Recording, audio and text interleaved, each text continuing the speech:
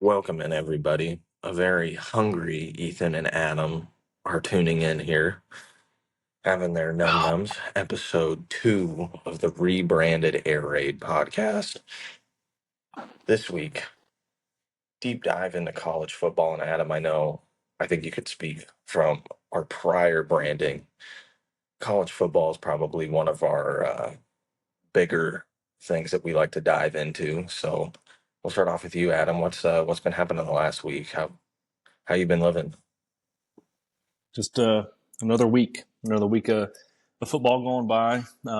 Spring football is going on. There's still some UFL games happening, but a little bit difficult. It's kind of like grinding your nails, but trying to get information and get videos on these spring games. Like most of the reports coming out are just like local, like the Columbus Dispatch and Bucknuts, and trying to get information because nothing's televised. And I've seen like a few posts on X talking about some of the players and stuff, but it's a little bit, as a fan, it kind of sucks a little bit because you want to see these guys, but what it does do, and Ryan Day, and we'll get into it, was talking about these players can kind of go a little more balls to the wall. They can play more snaps. They're not worried about guys coming in and scalping their players. So that's a little bit of a benefit.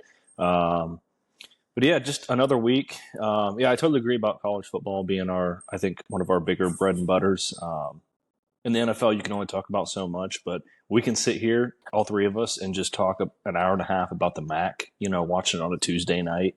But that's going to be exciting stuff in the MAC coming up. But just another week, ready to get ready. Draft's coming up. I think we're less than 2 weeks away in Green Bay, so excited for that. Ethan, what about you? What's going on? Anything new going? We're all good. Hopefully this episode my screen won't screw out on me and I'll be like sideways and upside down. So that was fun. My cold is gone, so now I don't sound like a little kid talking like that the whole time. Back to the football news. We're back. DC continues to roll on, which is awesome. I'll give them their shout out. I agree with Adam. It's kind of hard. Like you're looking like, oh, I want to watch the Miami spring game. None of that's televised anymore. You get to see clips of players here and there. Same thing with Nebraska. Obviously, they came out saying, hey, we're not doing that because we don't want people coming in and taking our guys. Little preview, we can do a deep dive into Mr. Nico Nava, if I said that correct.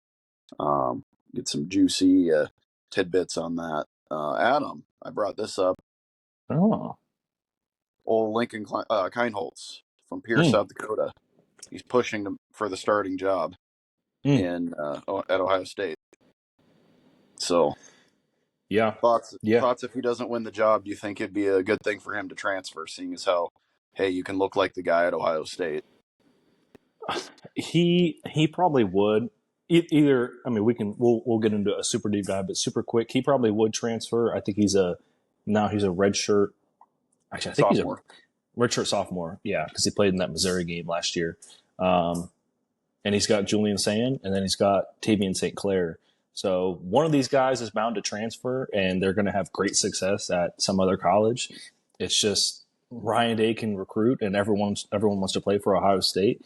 And I mean, if I could, I'd throw to Jeremiah Smith and these guys. But he had a pretty good spring game. We'll break it down, but I don't. They say it's him and Julian Sand. From what I compiled from all the reports coming out, it's 1 and 1A. Yeah. I know in high school he was a baller. He was a 4-star coming out of Pierce, South Dakota, and he's a 3-time state champion. So. It is South Dakota. I'm not saying anything. We're talking about South Dakota here. No, I know. But he's in the top division, I believe. Don't quote me on that. So you got to play all the Sioux Falls teams, and there's actually some players in the NFL. There's some guys that went to Ohio State from Sioux Falls. So, do you guys have transfer rules in South Dakota? Now, here in Tennessee, it's basically free agency market. You can get recruited by coaches, and then you can transfer and play anywhere you want. I don't think so here. I would guess probably back in Sean and I's neck of the woods, back in Omaha, you'd probably get more of that. But I don't know the rules nowadays. So it used to kind of be that way a little bit back when Sean and I were in high school. I can remember Creighton Prep getting all the players. What was another team, Sean, back in the day that would do that? Burke. Burke would do that quite a bit. Yes. Yeah, their entire roster would go to like Nebraska, and it's like you'd play. I mean, granted, a good majority of them wouldn't ever amount to anything, but it's like you're playing a whole college roster basically. So, and then the score at the end of the game would reflect that, like 72-7. So, but anyway, moving on. Yeah, Sean, what about you? What's going on in your world? Not much. Not really a lot. My UFL team sucks. The Welcome to the club. the Houston Roughnecks are absolutely atrocious. So no real They shout did outs pick up a there. win though, did they not? Um, College wise, like yeah, I would say trying to tune into the Miami spring game and like even finding spring games is decently hard. So not much this way. Just a couple side notes before we hop in.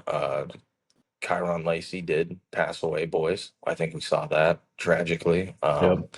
He did participate in the pro day a few weeks ago, so he had some decent numbers he put up there. So thoughts and prayers go out to his family. Hopefully everything subsides there with him. As we talked about, Adam, Alexander Ovechkin did break the goal record in the hockey world. Yep. That's huge. 895, passing the great one, Wayne Gretzky. So the toughest sport continues to be the toughest sport. But I don't know. Why The did you Nuggets get? continue to win without their coach for some reason. Oh yeah, the Nuggets fire their head Denver coach. being Denver being a Denver sports Jesus, dude. organization, finding any way to just be mediocre. But with all that being said, what do you guys say we jump on in here? Adam, we'll start with you with Ohio State. So this spring, Ohio State has a lot of holes to fill. They got a Ethan, I believe it's pronounced Pierre, South Dakota. But Dude, I'm not a South Dakotan. You can call it whatever you want.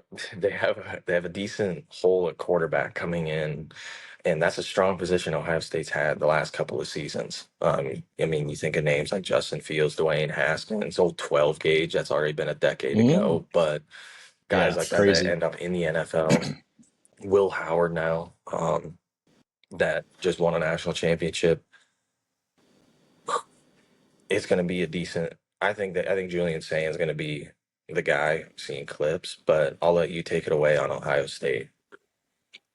Really quick, I also forgot you brought it up with Kyron Lacey. Hopefully, everything gets resolved with the Matthew Golden situation. That guy is a heck of a talent. I'm sure you guys have seen what happened with him, and he turned himself into the police. Hopefully everything turns out to be rumors, and I don't believe now he'll have a chance to get drafted. So hopefully everything will get resolved and everything turns out okay with that. I mean, you guys know that I think the most infamous case would be Sean Oakman.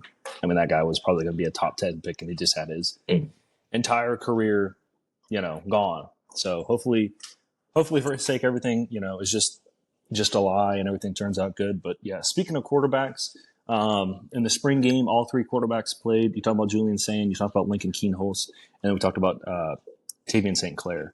So Julian Sayin, he pretty much played majority of snaps in the first half. 16 for 25, 178 yards, and one touchdown. Kid's 6'1", 203. And like Sean said, a lot of this is coming from local dispatch and reports and stuff like that. There's like almost no footage. You see, like maybe you'll see a couple highlights on X, but other than that, it's hard to get some of this information out. But the consensus was he struggled at times, sensing pressure in the pocket. But as the game went on, he did a great job of adapting and really stepping up in the pocket to escape pressure. Ryan Day said, I thought Julian, for the most part, early was on a rhythm and moved the team down the field for a couple touchdowns, which is good. Day said after the game, made some nice throws, and there's certainly a lot to grow from, and this is why we did this. All right, he got in there for a couple games last year, garbage time, whatever. I think maybe 5 games or so last year. But for my census, it looks like all eyes are pointed on him to be the starter. And you guys know he was 2024 number 1 recruit, ESPN, 5-star quarterback. Yeah, his release is I've never seen a release as quick as his. He doesn't have quite the arm power I would say as Lincoln or Tavian St. Clair, but he has great accuracy, and his release is just off the charts. And again, I don't think he would transfer from Alabama if he didn't believe himself he would be the number 1 starter. Obviously, it wasn't going to be him last year with Will Howard. And that might not have been something he anticipated transferring into Ohio State and Columbus last year, but I think he fully believes in himself and he'll be the starter. Moving on to your South Dakota boy, Lincoln Kienholz. He threw a couple passes in the first half, and it was primarily in the second half where he was at 13 for 18, 164 yards, 2 touchdowns. In the first half, he was 8 of 13 for 70 yards. Not a bad start. But he had a perfect second half as he completed all 5 of his passes for 95 yards and 2 touchdowns, which that's pretty impressive. Kid's 6'3", 207 pounds. He's a dual threat quarterback. He's big in the RPO game. And a major part of his game where he's able to showcase his athletic ability as a quarterback, which when Ohio State has a quarterback that cannot run the ball, that's where they ran into a lot of issues. And that's where in the past seasons, within the past 10 to 15 years, that's where we fell short as a team where, we can have Dewey Haskins, breaking these records, but he's a pocket passer. It completely changes your game, to have a dual. I mean, look at Will Howard. I don't know the exact number he had rushing last year, but I would say it was at least 400 or 500 yards. It really just opens up the ball game for them. So, and Julian's saying he can move and he can be good inside the outside of the pocket, but he's not the dual threat that Lincoln Kienholz is. And then you move on to Tavian St. Clair. 11 for 18, 123 yards, 1 touchdown, 2 picks. One of the picks wasn't really his fault. But the reports coming out said that he had some really bad throws, especially early on as he threw 2 interceptions in the first half. But then, he also showed his arm talent. And that's the reason why he was the number 3 ranked quarterback in the 2025 class, which I believe he foregoed his senior year of high school. So someone was on the post writing that he should be at prom, not playing in a spring game at Ohio State. Like, shut the fuck up. You know what I mean? Like, but, saying all that, he's 6'4", 225. He's got a great arm and he's got great athleticism. So he's kind of got, the arm talent of Kienholz, and he's got kind of the and the athletic ability and the arm talent of Julian Sand. But eventually we'll make him a dual threat quarterback. But he's just a freshman, so maybe down the line, if one of the guys gets hurt, he could step up and be the starter. But all signs point in camp that it's still a competition between Lincoln Kienholz and Julian Sand. But he settled in the second half. He went 10 to 12 for 117 yards and a touchdown after halftime. So, like we said in the pre-show there, one of these guys is bound to transfer, I'm sure, either before or after the season when they find out they're not going to get the job. Julian will play for, any of these guys will play for the next 2 to 3 years. So, obviously as a player, why would I sit behind a guy and just know that I'm not going to start going forward? So, it's going to be an adjustment for Buckeyes fans. But Sean, what's your motto on this show? What do you say all the time? 2 words. Oh no. Stay patient. Oh yeah. Stay there you patient. go. You got to stay patient, Buckeyes fans. Honestly, there's a lot of turnover. trust the rebuild. Yeah. Trust the rebuild. I don't think it'll be quite as big as a rebuild as Michigan had this past year. I mean, Michigan was god awful. Michigan was absolutely terrible, and they get a 5-star quarterback coming in. But there's a lot of signs pointing in the right direction for this team going forward. I know you guys saw a tight end transfer from Purdue. Max Clare came in, tight end. Coach, they said he's going to be a weapon for us in the fall. Like I said, transferred from Purdue, 6'4", 240. He led the Boilermakers with 51 catches for 685 yards and 4 touchdowns. Only 9 tight ends in football had more receptions in 2024, which is saying a lot because we know how bad Purdue is. They are terrible. But funny enough, this is actually interesting. He played quarterback until he was a junior at St. Xavier High School, which is right down in the nasty natty of Cincinnati, Ohio. But he said that's him being a quarterback in high school has given him a greater familiarity with the passing concepts.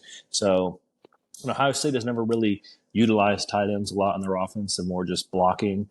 But I think this is a guy that could go right with Jeremiah Smith and really be a safety net for whatever young quarterback it is. But just to continue on with post championship, there's going to be a lot of turnover on this roster, right? Josh Simmons, Emeka Buka, Jack Sawyer, JT Tuimoloau, Travion, Quinshawn, Donovan Jackson, Will Howard, all these guys are going to the draft. They had 19 scholarship seniors on the 2024 roster. Holy shit. and most of them could have left after the junior season for the draft. But obviously, we know that returning 8 of 11 on defense, these guys wanted to stick around, and they ultimately achieved their goal. But losing 19 scholarship seniors is crazy. But Ryan Day said, I think once you get past some of the guys who played football here with the ones, it quickly gets inexperienced fast. But even the guys who are going to be starters next year, they haven't played a lot of football as starters. They played football, but not as starters. It's a whole different deal. I mean, you have to produce regularly. You have to be able to handle an increased number of snaps at a high level. It's a whole different deal. And so because what we lost talent, but more importantly, we lost experience. We're still talented, but we lost experience. And I think that's the key for the Buckeyes moving forward is we're returning, I think, a cornerback, a safety, and a linebacker on defense, and that's it for the defensive side. So going to need someone to step up in the locker room and really be a leader among men here. But yeah, linebacker, cornerback, and one safety. But so experience it's going to be rough at times next year. I'm not predicting a perfect season. I think they still have potential to make the playoff for sure. National championship, that would be great, but a lot of good teams out there in college football. I don't know if they'll have the. They're young. I mean, you guys, Dylan Raiola at Nebraska, great quarterback, but a young roster, and he'll be a lot better this year going into it. He's learned so much this year, and same with these quarterbacks. So it's going to be a lot of new experience. Another hand is they got a transfer running back, C.J. Donaldson from West Virginia. It looks like Ohio State's going to go back to their one running back primary, obviously with Quinshawn and Travion departing for the draft.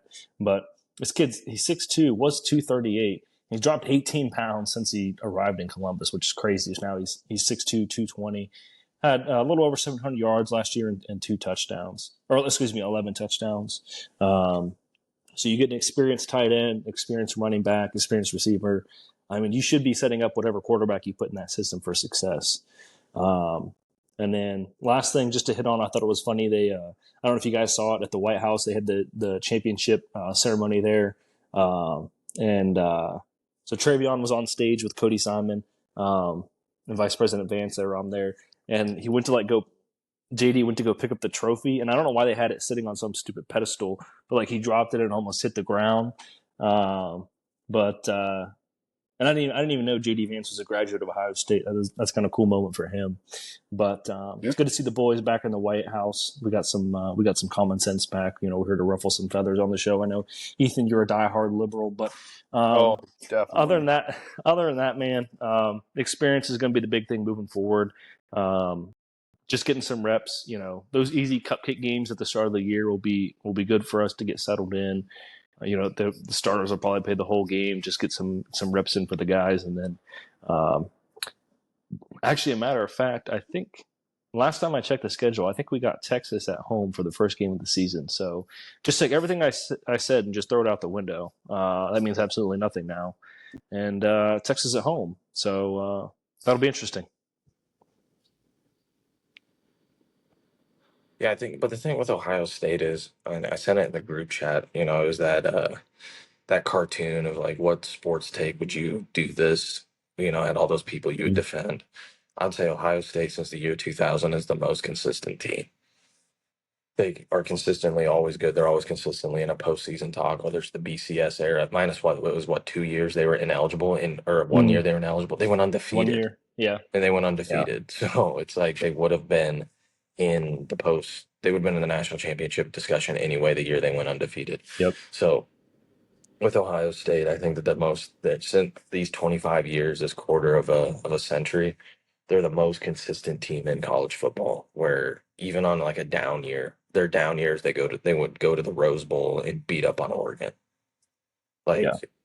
And minus the last 4 years since the year 2000, Ohio State's pretty much ran the game. So, I mean, what is that six?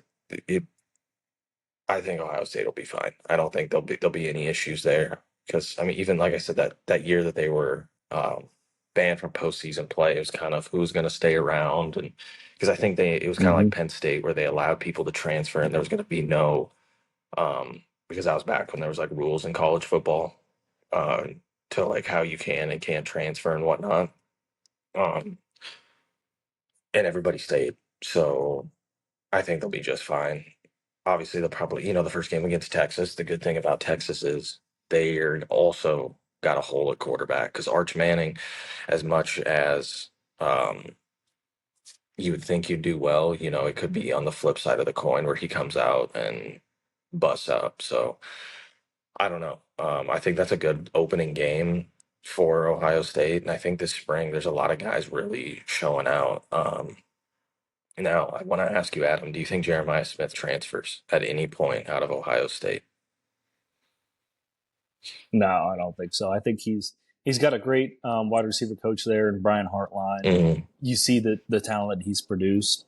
Yeah, I just Money. unless he gets a quarterback, yeah, I say money's the big thing. But Ohio State spent $20 million last year in NIL, and I'm sure they're throwing $4 or $5 million at him this year, being the best receiver in college football.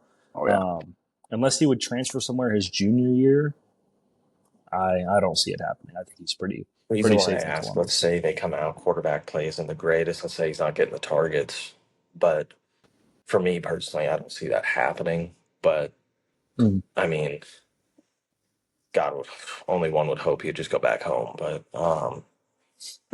Well, I mean, you got to look at it this way too, right? Like, and this really would reflect a lot on his character. If, say, if you're, I don't know, if you're only getting maybe 6 targets a game and 5 receptions, but you're winning 52-10, at what point does it become, well, I want to get the targets? Well, we already know he's going to be the number one pick when he comes out, mhm. regardless of if he's only getting half the targets he is or, his NIL money. He's going to be the first overall pick. I think it would say more on his character, and to be a disappointment on his character if he did transfer, just because of that. Because if you're still winning, then that should be all that matters to him. Mhm. Yeah, I think.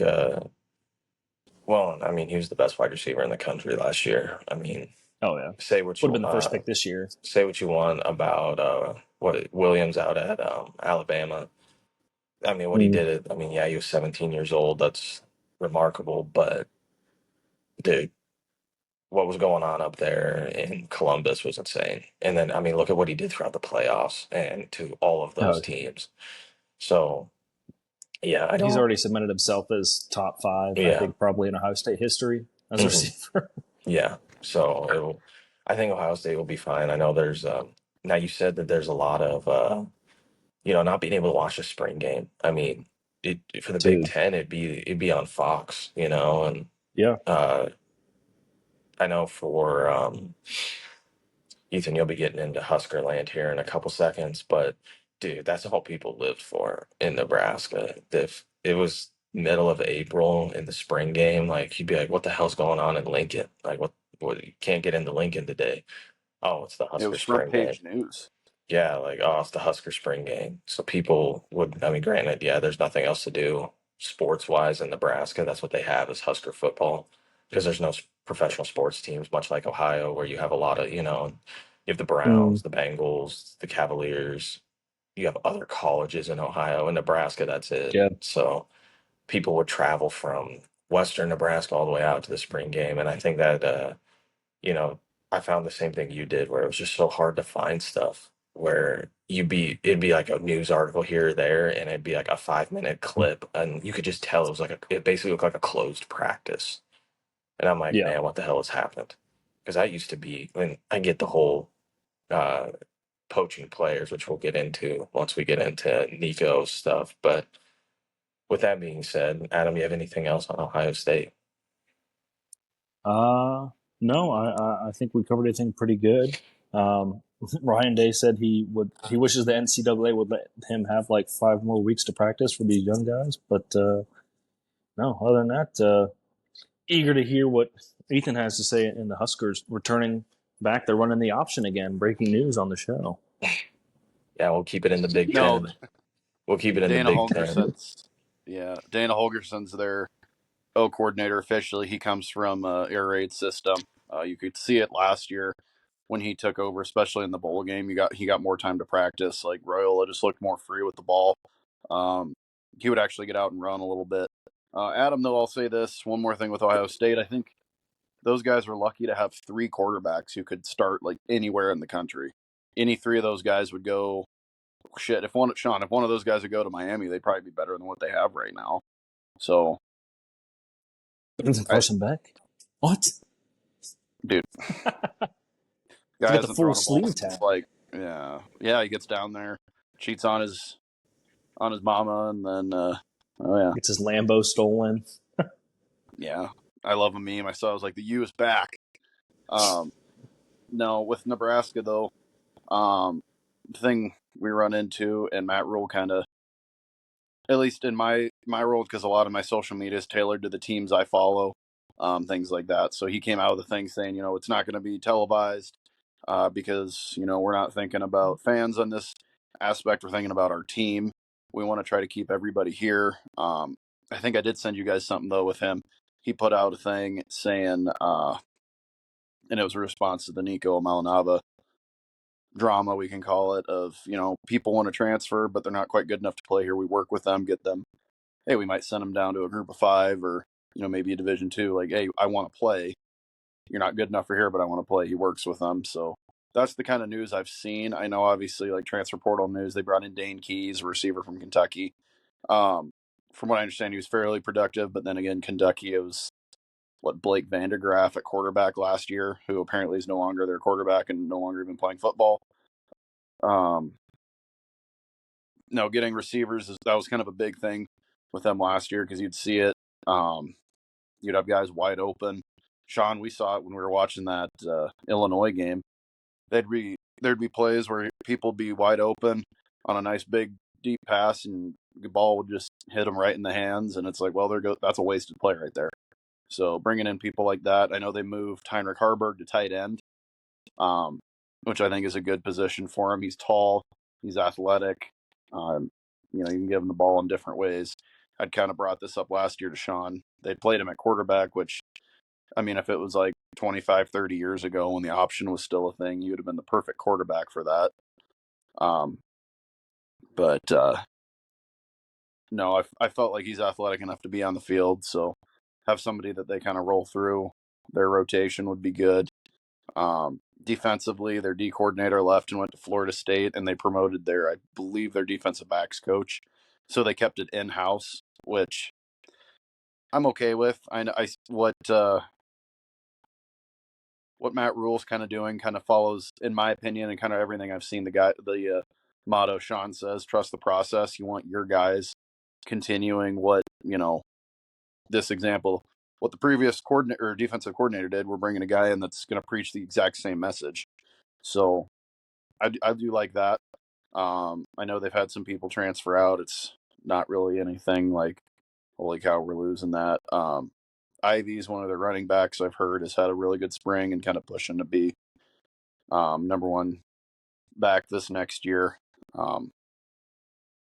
So I guess I can kind of do a little 1 and 1A here with USC. Nico, I've heard, is one of the places he could go is to USC. Obviously, $4 million a year. That would be something I think we can all agree USC is something that they could probably afford. Jaden Mayava is predicted to be their quarterback. He stepped in last year after Miller Moss was benched. He didn't play terrible. He definitely, Notre Dame game, he started out pretty good. And then as the game went on, he kind of fell apart a little bit, but the whole team kind of did. I think it was just a lack of talent and probably motivation at that point. Zachariah Branch leaving sucks, but they still have talented guys there.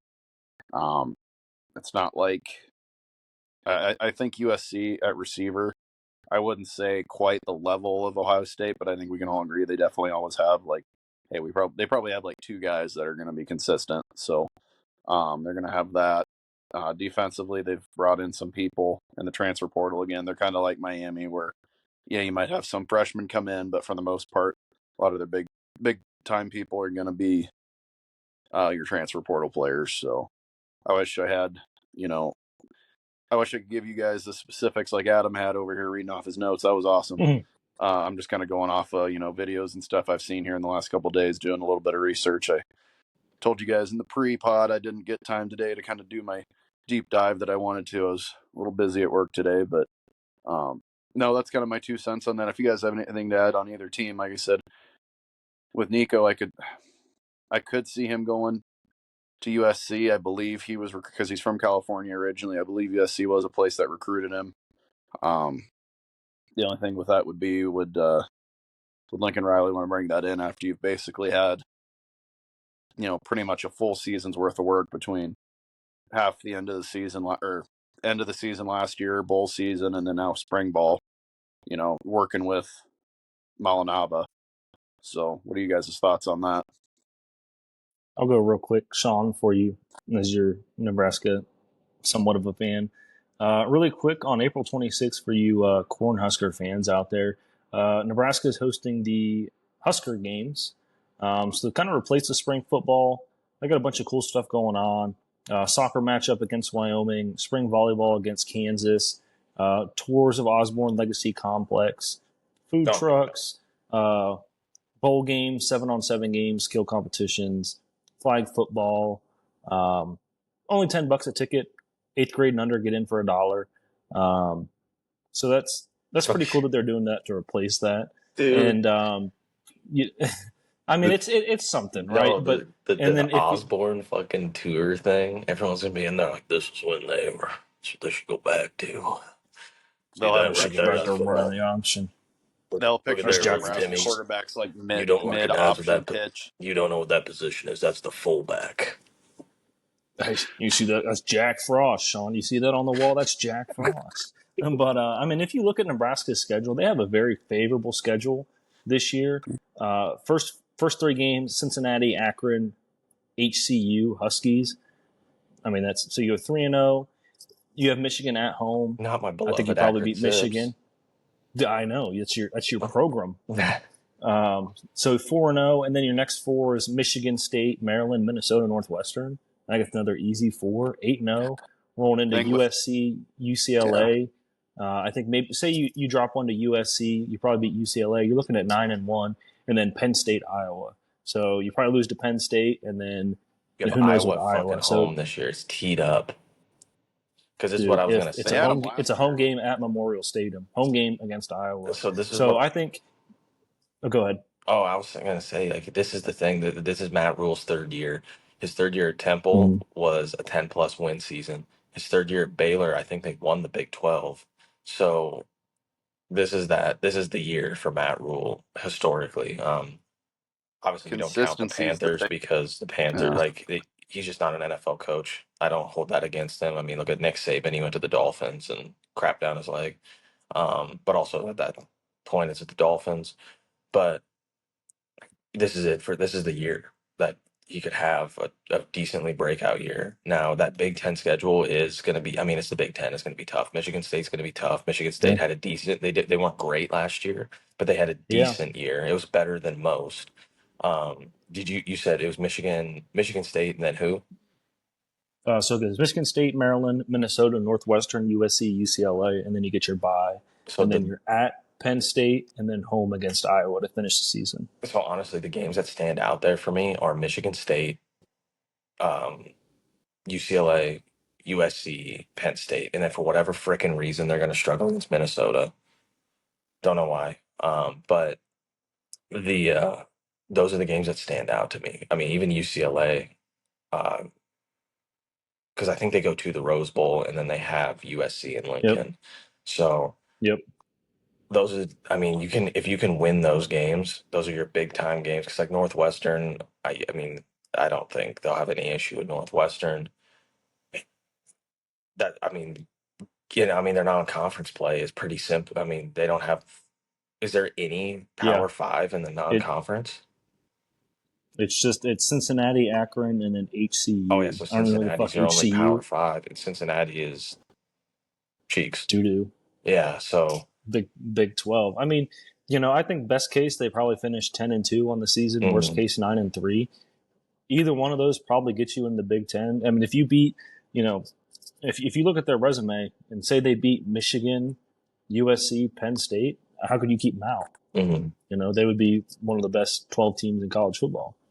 See this. Big thing will be is consistency with Nebraska, because how many games last year, Sean, would we be watching and we'd be in a chat together and they just fall apart, or they'll start slow like at UCLA, and then at the very end it comes down. Raiola gets knocked out of the game and they're trying to drive and win with Heinrich Harburg. It's like you can't have that kind of stuff. You can't drop your games to UCLA. You can't struggle against Northwestern, which I could see them doing. Northwestern has their years once in a while where they're kind of good. The big ones, though, I think you beat Michigan.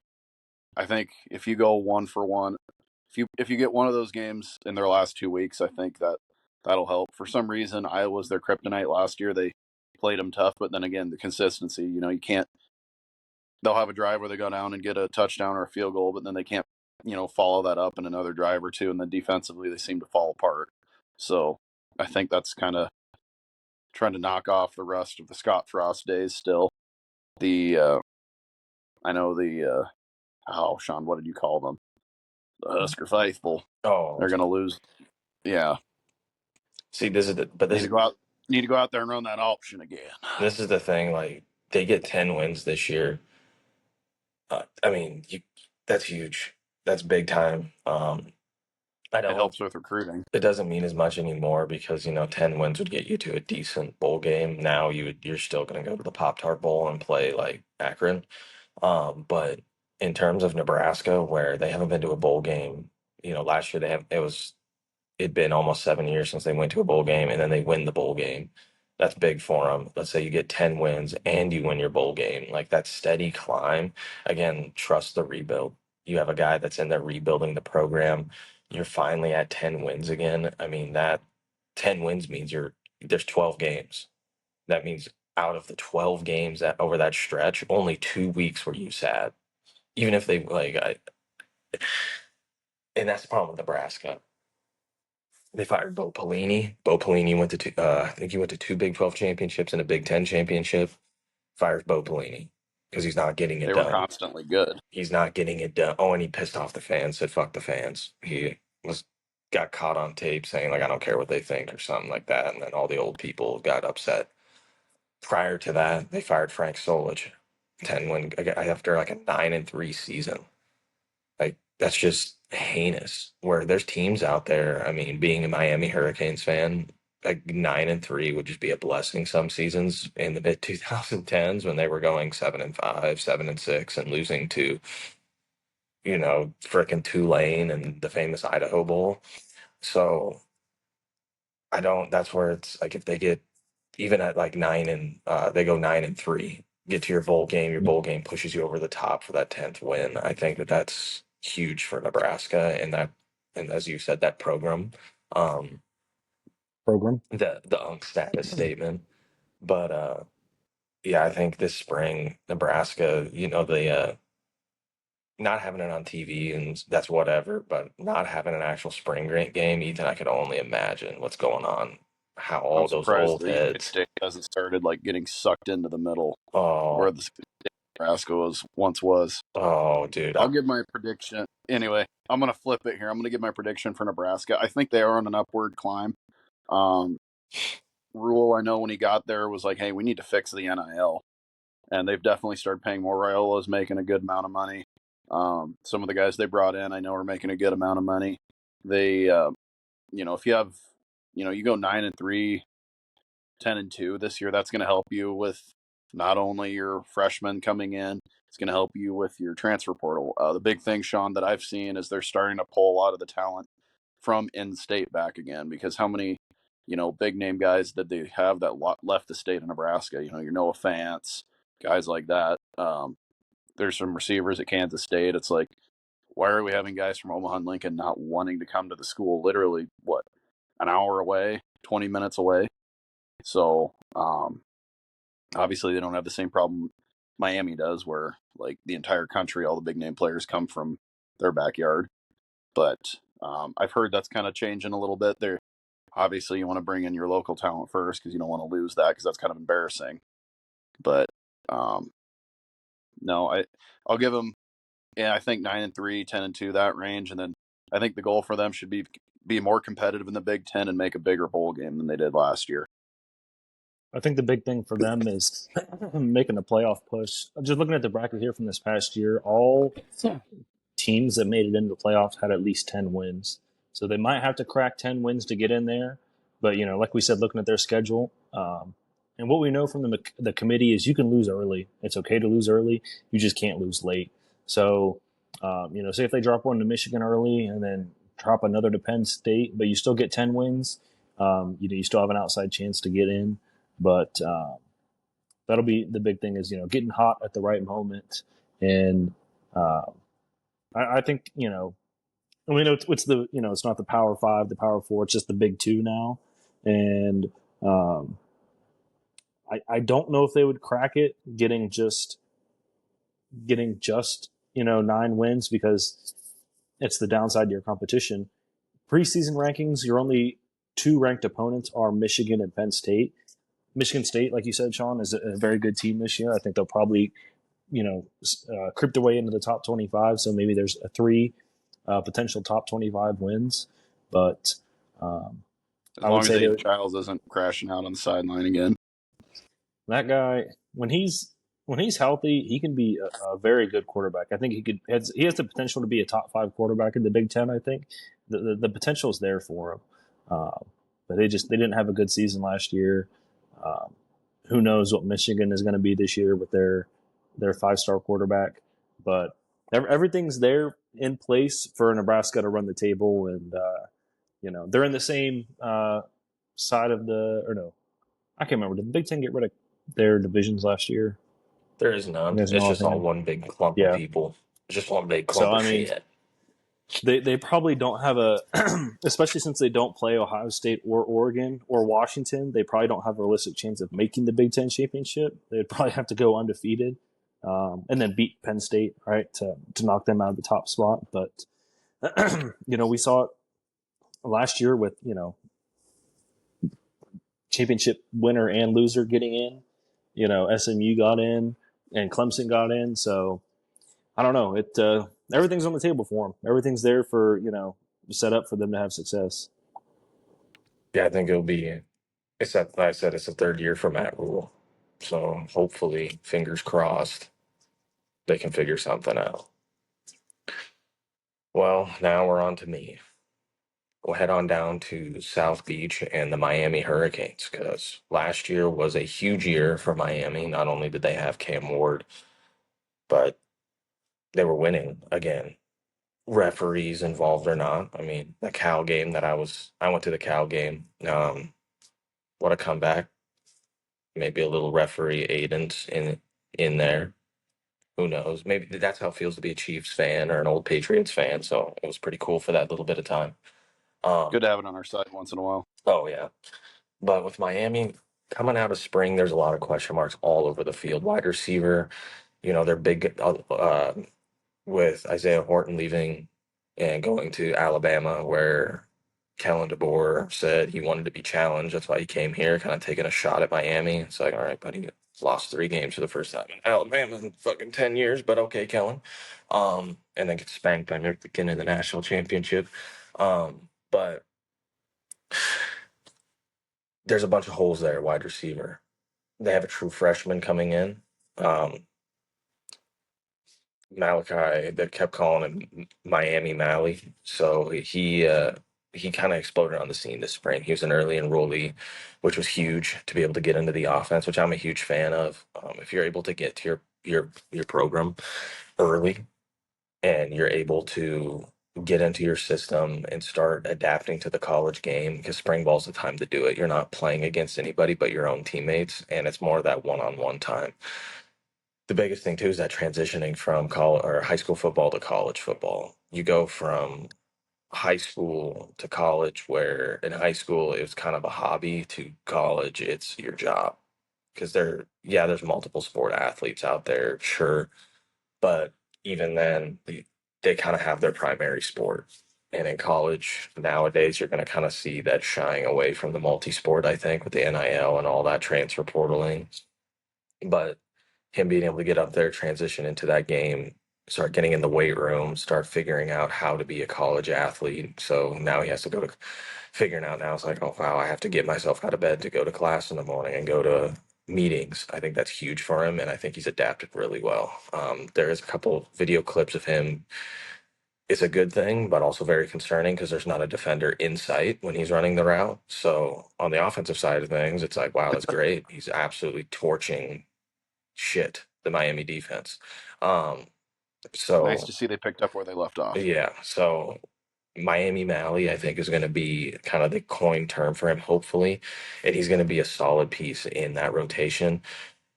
And hopefully that I'm hoping they don't just throw him to the fire. They have other guys there and Ray Joseph. So I think they need to really lean on their veterans in that aspect of it early. But I think a lot of these guys are going to surprise people this year. I don't think it's going to be, I don't think they're going to be, especially at the wide receiver position. I don't think it, I mean, obviously they don't have a big body dude. They don't have a big name guy like a Jeremiah Smith or any of that. But, with Ray Joseph, Josiah Trader, guys that are going to be coming in that are now getting their shot, I think they're going to be decent. They'll be just fine. Defensively, um, this was a huge hole for Miami. I have it pulled up right here. They were the 27th best defense last year. Take a look at some of the schools that are in front of them. Sam Houston, Ohio, Ohio, University of Ohio was a top 10 The defense. Yep, Bobcats. they were top 10 defense last year. Army, BYU, Ole Miss, South Carolina. I mean, you got a couple group of fives in there that didn't even make a. You have Sam Houston, who had a better defense. And the biggest problem was a defensive back. They had a couple true freshmen to where they would have very good games or very good plays here and there, but then their youth would show.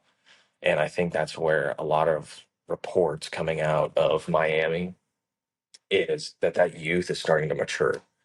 And this is something that, like I've said it before, staying patient is the biggest thing, especially in the college game, because you got to think they're kids.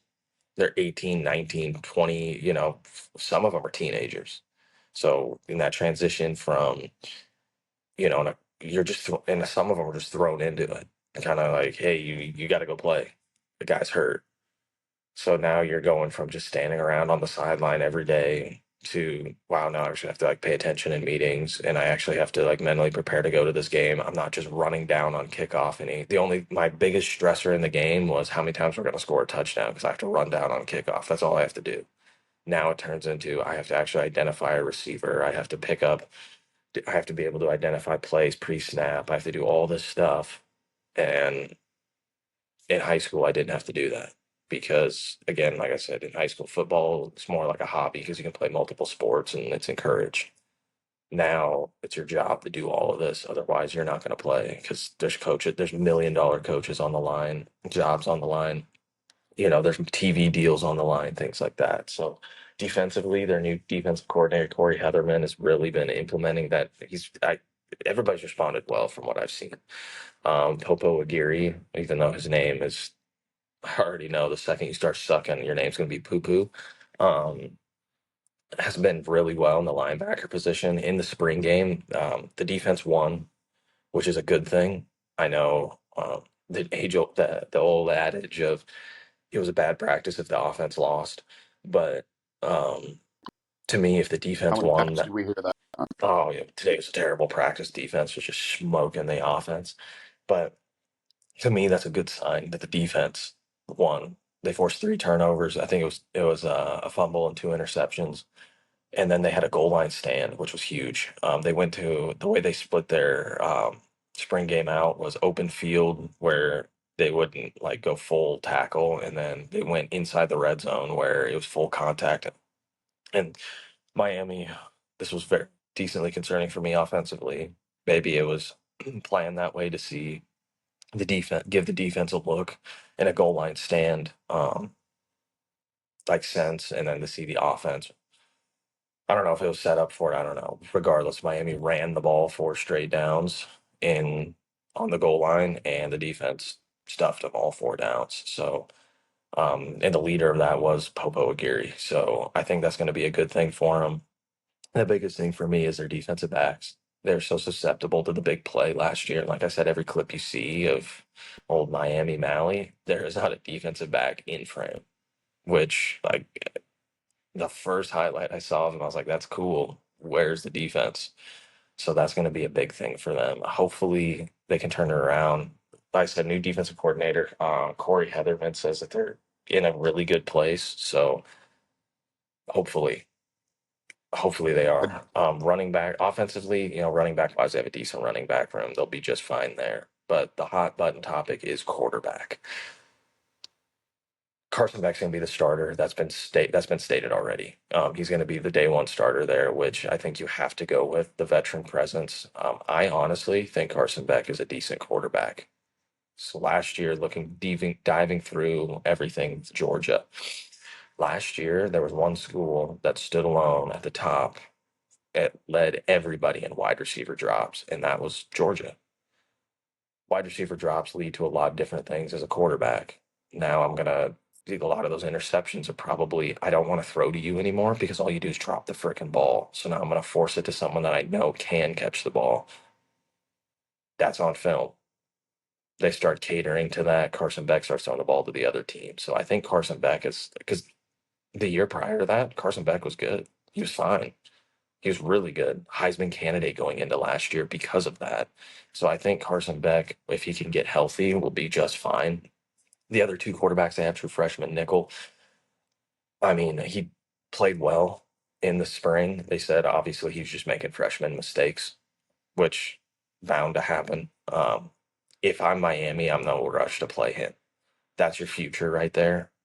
I don't. They've been living and dying in the transfer portal, and if I'm Mario Cristobal, I'm going to get tired of that, especially because my job's on the line, and I know Miami. If they win 8 or 9 games this year, he's going to get fired. So if I'm Miami, that kid's your future. Maybe for the first 4 games of the year, he can get it because I think you can play in like the first 4 games before you can get redshirted. Um, maybe get some looks against like Bethune Cookman, but if quarterback two is Emory Williams, I wouldn't be upset with that, considering that now we got our future redshirted locked in, learning the system. On Emory Williams, he played all right in the spring game. He had a pretty high completion percentage. Both quarterbacks did throw an interception. The only quarterback that didn't throw an interception was Judd Anderson, but he's not even getting a look to even compete for anything besides like rock a fucking backwards ball cap with a headset. So I don't know if that really helped him or not, but Emory Williams looked all right. He uh he had a high completion percentage, but most of it was just checkdowns. Again, I don't know if that was by design, because how the hell are you going to know? Because new age college football, most of it was just checkdowns and rolling through his progression. So I don't know if that was by design to give the defense a look, or if that was by design, like, hey, we're trying new plays, new whatever, roll through your mental Rolodex of wide receivers here till you get to this read and we want to see this look. I don't know. That's super hard to see. Um, but to me, that's encouraging that he had a high completion percentage, and also like he's not just willy-nilly throwing the football. If it's a check down, I mean, that was going to be him coming into the bowl, him being lunged into the bowl game. I think was kind of unfair on hit for him. That kind of sucked. He probably wasn't planning on that. All of a sudden, now Cam Ward is like, "Hey, dude, you're up," and he's hung over from partying the night before. Knocking on the hotel room, on the hotel side door to let him in right before team breakfast in Fargo, North Dakota. Um, Sean and I witnessed this with a backup quarterback. yeah, for Uh, our bowl game my sophomore year. how'd Um, you get here? Oh, I stole someone's car. yeah, I We're was, not naming his name, but this was true. Emory God. Williams is on the sideline, like, what the fuck? One more on that to keep the laugh going. We're on the bus. They're going through the position groups. So and so here, so and so here. They come to that guy, and he's like passed out. And the one dude sitting next to him, hey yo, they're calling their name. I don't fucking care. Um, Then he but fires his helmet into the bleachers. no, dude, he was not having it all day. I'm not playing today. Bam! Yeah. Um, but I think that was kind of unfair for Emory Williams. You get thrown into the mix. You haven't played all year. Cam Ward did not come off the field all year. So really your looks in practice were your 2 reps you would get. So I don't put too much of the bowl game on Emory Williams, where he kind of looks shaky. Like you haven't played. They refused to take Cam Ward out even in blowouts, and most of those games weren't blowouts because Miami just for whatever reason would not put a team away. Um, so I think that you know you have a decently solid backup, Emery. Well, if you can get him under control and get him in the system and actually playing, he wouldn't be a terrible backup. This year for Miami, I think the biggest thing is they have to make the ACC, like this ACC championship appearance or bust for Miami. You were so close a year ago. All you had to do was beat. I mean, I said it early last year. Two trap games in Georgia Tech and Syracuse, and they lost both fucking games. So they gotta, they have to make it. That's Clemson's conference, and I don't really think Clemson's that good. Personally, me, I think they have a super like look at me head coach, self-centered. Like I sprint out onto the field and look at me, not where you're here to watch me, not my team. And the comments he makes all the time in the media is all very like he's a look at me type of personality. Um, so I'd buy stock in Clemson. dude, I hate Cade, Clemson. I never, Cade Klubnik. oh my God, dude. I Ever, can't stand that guy. He's so bad. dude, I really think everyone's fucking. So there's a few people in this world that like people just ride on for whatever reason, and I'm like, I like scroll through reels or whatever. I'm like, yo, just give your gag reflexes a rest, Toby. He's not gonna let you hit. Okay, like just relax. I At think what point in his career starting has it ever been like, wow, Cade Klubnik is great? There hasn't been any of that. no. No. But I think for Miami, they don't play Clemson this year, so it's just a flip of last year's schedule. It, as you can see, it's super. It's very friendly. Now, their non-conference is going to be decently challenging. They have Notre Dame coming in week one. Um, the thing with Miami is, and even in the past, even in their sanctioned years of going 7-5, 7-6, dog shit, they win the games that they're supposed to get absolutely annihilated in, and then lose the games they're supposed to win. So I could see them going undefeated in non-conference, beating Notre Dame at home, beating Florida at home, and then going to like Doak Campbell and Florida State, that's like 2-6 at the time, and just laying an egg. Or Georgia Tech comes into South Beach and Georgia Tech with their fucking another one, that dumbass motherfucker with his fucking neck roll who did nothing all game and all season. Literally, it was just to like scratch the itch for all the unks out there with the fucking standard helmet, the bar down the middle, shit, and fucking mouth guard attached to the team issued mouth guard attached to your face mask. That's all that was. But he'll come down That and up shit. he'll just shut down Miami. So honestly, if my like you have to at least make the ACC championship. Now, with the conference championship, I mean, winning it would be great because the last time Miami won a conference championship was the Big East. Yeah, it's been rough. Now, that was right when they won the Big East, went to the ACC, and then they got sanctioned like a motherfucker. So, this year they have to make the ACC championship. They have to.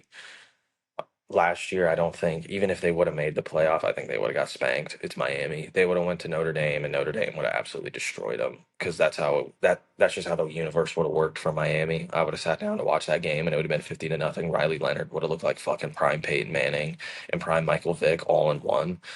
And Miami, Cam Ward probably would have just gave up at halftime after they were Shit humans the taking over again. yeah, he just wouldn't have, they wouldn't have been able to have an answer for anything offensively or defensively, and they would have got bodied. So hopefully this year they can get something. My thought with Miami is the same as last year. It's their quarterback. If you guys recall, I said Cam Ward he doesn't have to win the Heisman, but he has to be a Heisman candidate, meaning he's kind of carrying the way. I'll say that with Carson Beck this year. I mean, Miami's always, even in their down years, like position group, like skill positions, they're going to be talented. You're going to have at least one guy where it's like, yeah, you're good. But he needs to I think he needs to be a Heisman candidate again to kind of carry all that together. Mm-hmm. And then obviously defensively, like, you just need to be better than it was last year. Like, you can't be letting Georgia Tech just march down the field on you. You can't be letting crappy Virginia Tech march down the field on you. Like, you can't have that. Well, like Carson Beck is coming off a UCL injury, so who knows how well. I mean, he's going to start throwing. Apparently, starting to throw a little bit now, but Yeah. let's say that starts coming in. I mean, you're going to have to step up, and you're going to have to like Emory Williams again. You're going to get thrown to the fucking fire, dude. You're going to have to step up. So, I guess whoever the quarterback is, you got to be one of the country's best. You can't just be like, well, I'm just kind of here. You got to lead the talent that you have. So in that I mean, because Miami was Cam Ward last year. That was his team. That was his.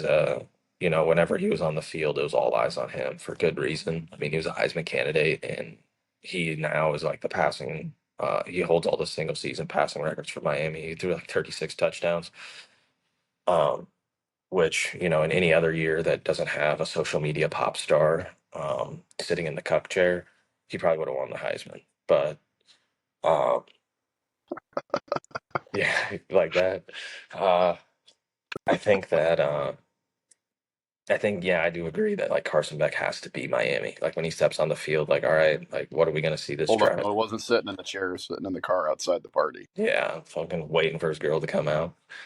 Um, but that's what I got on Miami. My prediction for them this season. So as the Miami Hurricanes fan, they can make the ACC championship. It is the shittiest fucking conference in the Power Five, right? Like they're terrible. They probably could have. Early season Miami would have destroyed SMU. Early season Miami would have played with Clemson. Late season Miami would have got blown out by both teams, but because they would have showed up, and for whatever reason, that would have just been the game that they decide not to play well. But Shit, humans taking over I again. think that the Miami fan in me thinks they can do it. Now, if you think about it realistically, I do think they'll go undefeated in non-conference because that's how it'll go. They'll rub you till you edge. They'll edge you, and then conference play will start, and they'll probably drop a few games. If I had to realistically pick, I would say probably 8-4 Pop Tart Bowl, and everybody will transfer out, and they'll either this is a super like Stephen A. fucking take. They'll either finish 9-4 or 8-5. If I had to realistically pick them, just because Miami's broke my heart since I started liking them, and That's about what we get out of them every year. yeah, so I don't see too much out of them. Now, I will say they are a top three in consistency in the ACC. They average 8-4 every year. And when I saw that stat, I was like, I got some of those years, some of those years.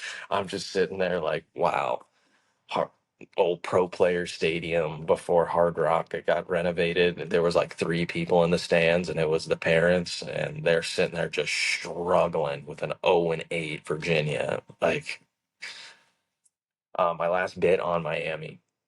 Uh, so quarterback play for Miami. A lot of people like they have a Rolodex of quarterbacks that have rolled through. On paper, Miami's quarterbacks have never been bad.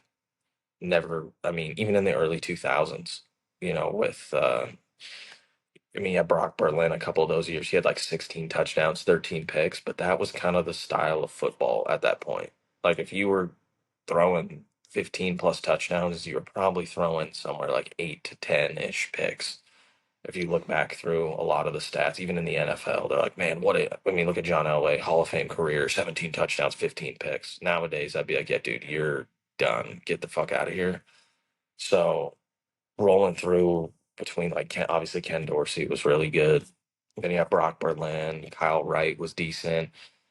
Robert Marv and Ja'Cory Harris were two true freshmen coming in. They both played decent. And then you rolled into Stephen Morris, and then you rolled into Malik Rozier, who one year broke the single season record for touchdowns at Miami. Then the next broke the record for most interceptions. Still had decent numbers. And then De'Aaron King was decent. So I think, and then obviously they rolled into Van Dyke had the ability to be good. I think they kind of gave up on him. yeah, Tyler Van Dyke, Van Dimes was good. And then now they had Cam Ward, and then now coming into the Carson Beck era. Like, I don't think that's where I think if you look over time, they all put up decent numbers. They all do decent stuff. They had Brad Kaya in there. He was the last true freshman to start at quarterback for him for 3 years, and he, before last year, owned all passing records for Miami. So I think if you're Carson Beck, like, I think he'll do just fine. He'll continue that trend of like, oh, they're not bad. They put up decent numbers, but fingers crossed, honestly. I'll put on all my Miami gear this every Saturday this year, and to follow on after I put on all that gear, I'll start putting on my rainbow wig and clown fucking makeup. Just but sticking in this, right, with college football, and we talked a lot about the transfer portal. There's big news that absolutely rocked the college football world out of Knoxville, Tennessee. Not a big fan of Tennessee, but neither here nor there on that. Um, Nico as I will go with, so I don't butcher his last name, has transferred out of Tennessee. He wanted $4 million. They weren't giving it to him, so now he is leaving. Um, Obviously, there's a lot of shade being thrown his way, but this is college football now. I mean, unfortunately, that's the deal with it. He's obviously on the open market. So first, Adam, I'll get your opinion on it. What do you think of this trip? What do you think of this, and where do you think he lands? God. Uh, I think for his sake, we hope that it was someone in his camp that was pushing for the money and not him himself. Um, and you would like to see his camp reach out and be like, "Hey guys, like we messed that up. That wasn't him. That was us. You know, we take the blame on that one. If it was him, then that's just him being selfish and trying to get more money. But this was inevitable. I think we all probably saw this coming, and possible situations I've seen him linked to North Carolina. I don't think that's Bill's type of player.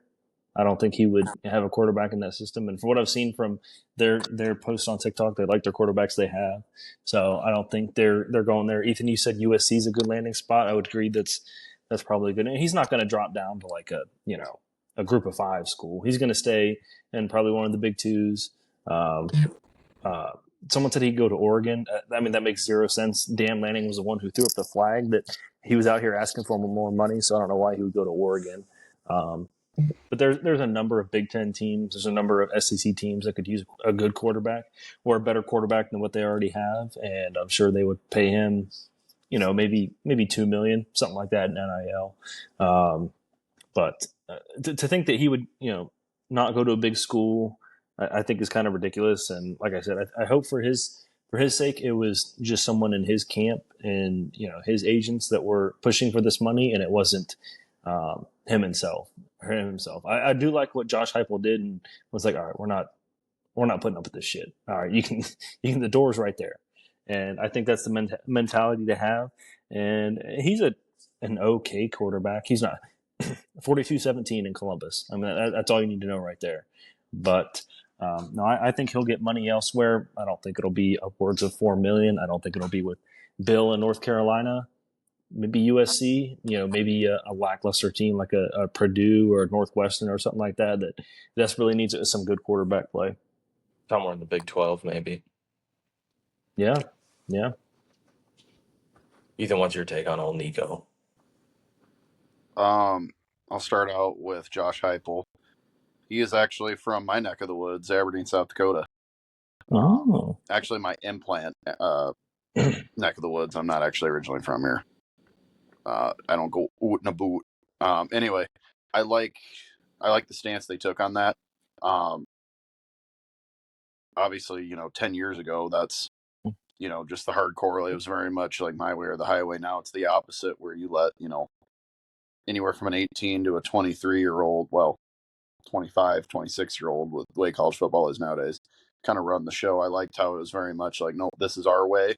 This is the mentality. What was the term he used? Nobody's bigger than the T, including myself. It's the team mentality. I think that goes to show too, like, yeah, you were a big recruit coming in, but I mean, we've got other guys here. At the end of the day, you're an SEC school. If you're going to go there to be a quarterback, I would seriously play. I think probably 4 or 5-star. Every single SEC school that's worth a crap has a 4 or 5-star recruit that they brought in. Now, with that being said, I mean, him getting $2.4 million a year, that's pretty high up there for quarterbacks. I mean, that's not on the top 10 end, but I mean, you're getting paid 2.4 million a year to go 19 touchdowns and 8 picks or whatever he threw last year. Like, that's like average quarterback play. It wasn't necessarily you that got you to the point where Tennessee made the playoffs. They had Dylan Sampson, who was good. Their defense was good. A play that stands out in my mind, he had a dude wide open, he throws it, and it's like nowhere near where the guy was at running into the end zone. It's like, so, I mean, Adam, it's one of those deals too where it's like, I'd like to think it's somebody in his camp, but I go back to it. I saw a video of him getting recruited at a 7-on-7 camp, and he was rocking pajama pants. So it's like, I don't know. Throw God made fun of that one. I don't know if you remember that one, Sean. I don't know. I could see him going to USC, just trying to follow in that, be one of Lincoln Riley's quarterbacks. But like I said, it's like Jade Mayava's been there for basically a full season's worth of practicing now. So it's like you're going to be behind the 8 ball with that. I mean, what do you really want? I mean, I could see him going to maybe UCLA, Oregon. I don't know, because they got what's his name at quarterback that they brought in. Well, that Moore. 5-star. Yeah. The thing with USC too is they also brought in Hussein Longstreet, who's a 4-star, but like he was considered. I read some reviews calling him a high 4-star, which that's not a thing. But I mean, I think that means you're a pretty good quarterback. So I think I agree with Sean though. Big 12 team maybe. I wouldn't say Texas Tech because they've got a couple. I mean, you've got Brennan Morton, who was injured last year, and then you got their backup. Maybe a Kansas or somewhere like that team, a place where, you're not necessarily always good, but you can't, there's the potential there to be good because they were 5-6 last year. They ended up winning their last 4 games or whatever it was. So that's my take on it. I'm going to say he's going to go somewhere like Kansas. Is it that guy in the gym that wears the pajama pants and wife beater combo with the Crocs? That was what he looked like, dude. That's what he reminds me of. Here, so as a coach, I don't know if I'd want to recruit that. I want someone who looks like they're going to be there, like wanting to be there. Not, I just rolled out of bed and, this is the style nowadays. Like, I might have that unk mentality, but it's like, dress like you want the job. I mean, yes, it's 7-on-7, blah, blah, blah, but Look like a football player. Wear your camp shirt that they give you because you saw other guys that would have the, whatever camp you're at and has the number on the back, and wear your shorts and your cleats. Don't have your pajama pants on, acting whatever, just to go out and throw 19 touchdowns and 8 interceptions in your first year starting. Like, come on now. I think so. I'm going to start it off with this. So this is the landscape of college football, and you see a lot of fans on in comment sections and message boards, whatever, ripping it. This is what you wanted when you wanted NIL for players. This is what you wanted as fans when you said they should be getting paid. This is what you wanted when you said you should be able to transfer freely and give more power to the players. The players have all the power now. This is what you wanted. You wanted that. So because you felt like, yeah, fuck the man, fuck the NCAA. Well, now you get stuff like this. So I don't see why there's a lot of fans that are up in arms like, this is what you wanted. You said the players don't have enough power, so they got all the power, and now look what happens. Like college sports have college sports have always been the main hoe, and going to school is the side hoe. Like that's just it. That's how it always is. That's how it always has been. The other thing on that side of the topic is NIL has been happening for a long time. It's just legal now. You're telling me it might not have been in the millions because of, inflation and whatnot, but If you're telling me some of those top five picks in the early 2000s and the 2010s didn't have at least six figures in their bank account going to the fucking NFL draft from their college, fuck, Johnny Manziel told Shannon Sharp, hey, his dad went in and said, we want 300 grand to stay here. So NIL's been happening. Reggie Newsflash. Bush. Reggie Bush accepted a fucking house and God knows what else. SMU back, Newsflash. dude, fucking SMU in the 80s got the death penalty because of all that shit. They've just finally bounced back from that. So, like, NIL has been happening. It's just now legal. That's why everybody, and like I said, you wanted this, you wanted this. And for me, I would say yes, you want to have a little bit, you want to give a little bit of the power to the player, right? Because it is their career, it is their livelihood. I get that. But in the same point, if you just throw it all out there, there's no rules. It's just some or no rules 24/7. And that's where I'm like, I'm confused as to why people are mad. This is what you wanted. You were like, yeah, fuck them. That's what they should be doing. They should be getting paid. So now, well, now you got to live with the consequences of that. If once money gets involved, there's no more loyalty. I mean, it's the almighty dollar. Think about it for us as like the average human being. If another job is going to pay us more, are we going to go to it? Dumb Yeah. question, right? It's the All right. same thing. It's the same thing. If they're like, hey, man, I'm only making, fuck, for us normal people, what do we say?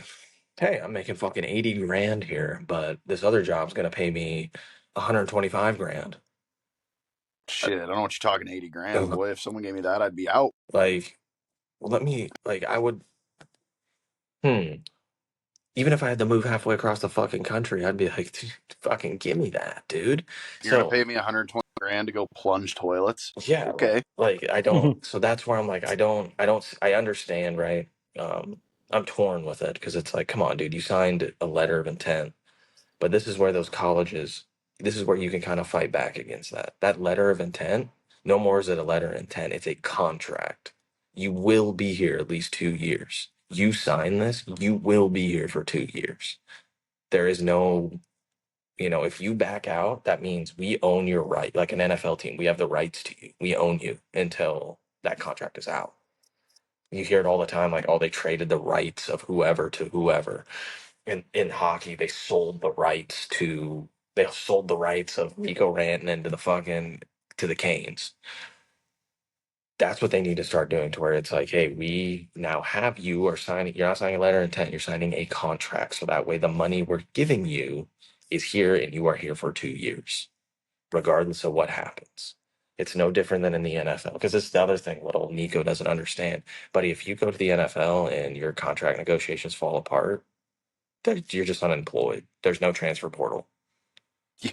Bye bye. There's Yeah. okay, have fun in free agency, and hopefully you were good enough to get another job. So If anything, he's getting a little taste of what it's going to be like right now. Oh, really? Oh, bye. yeah, so I mean, it in a lot of colleges around the country, like, hey, we're not playing that game. Like, we're not negotiating. What you get is what you get. Get what you get, and don't throw a fit, Nico. Um, but it's the same. This is the thing I think a lot of college football fans, because Adam, I'm sure you've heard it. Ohio State has an asterisk by their national championship.